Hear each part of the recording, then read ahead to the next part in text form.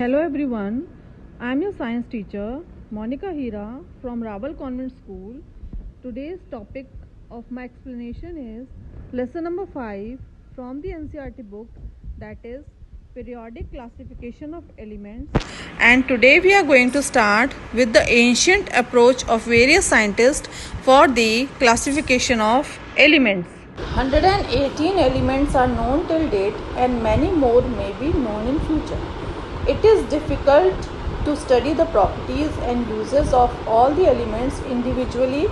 Therefore, these have been classified into groups based on similarities in their properties. During the 19th century, much time and efforts on the part of chemists were devoted to seeking an arrangement for the known elements which would emphasize on similarities in properties and thereby facilitating their study. The earliest attempts to classify the elements resulted in grouping the then known elements as metals and non-metals. Dobrynin's triad. In 1817, Dobrynin was the first to recognize this relationship. He observed several groups of 3 closely related elements which he called triads. He proposed a law known as Dobrynin's law of triads.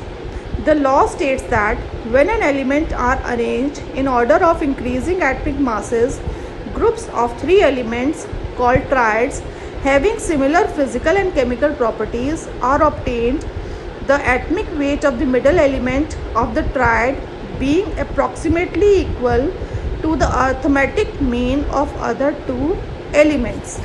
For example, he took the triad like lithium, sodium and potassium. When he took the atomic mass of lithium and potassium and added these 2 elements, and when he took the arithmetic mean of these 2 elements, the atomic mass of the middle element was obtained. Limitations of Dobrynin triad. Limitations of Dobrynin triad. All known elements could not be arranged in form of triads. The law failed for very low and very high masses. As the techniques improved for measuring atomic masses accurately, the law could not remain strictly valid. The next approach was done by the English chemist John Newland. He arranged the elements in order of their increasing atomic masses, observed that the properties of 8th element was a sort of repetition of the first 9th element over the second and so on. He stated that when the elements are arranged in the order of increasing atomic masses, the properties of the 8th element was a repetition of the properties of the first element. He compared it to the 8th note in an octave of music. The first and the 8th notes are. Newland named this relation as the law of octaves. There are certain limitations of the law of octaves. Number 1. The law of octaves was applicable only up to calcium. After calcium, every 8th element did not possess properties similar to that of the first. Second, Newland assumed that only 56 elements existed in nature and no more elements would be discovered in the future. And the third limitation was, in order to arrange elements into his table, Newland adjusted 2 elements together in the same slot, but also put some unlike elements under the same note.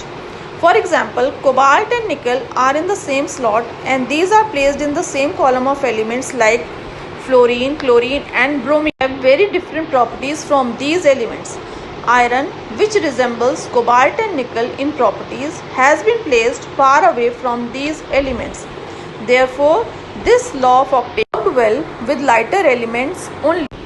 Now, the next approach was done by Mendeleev. In March 1869, Russian chemist Mendeleev classified the known elements based on their atomic masses in the form of a table called Mendeleev's periodic table. When Mendeleev started his work, 63 elements were known.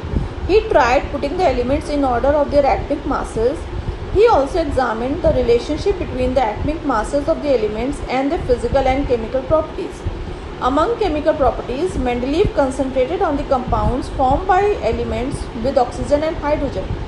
He selected hydrogen or oxygen as they are very reactive and form compounds. Steroids formed by an element were treated as one of the basic properties of an element for its classification.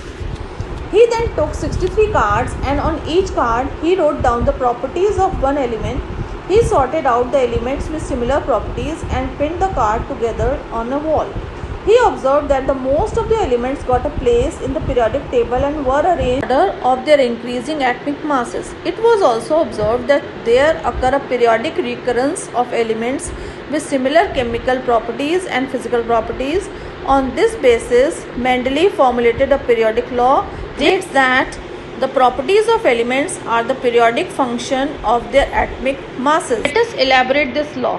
Properties of elements means physical and chemical properties. Our periodic function means those which occur at regular intervals, and their atomic masses means increasing order of their atomic mass. Mendeleev periodic table has some merits. He grouped the elements on the basis of atomic masses. He left gaps for undiscovered elements like gallium, indium and germanium.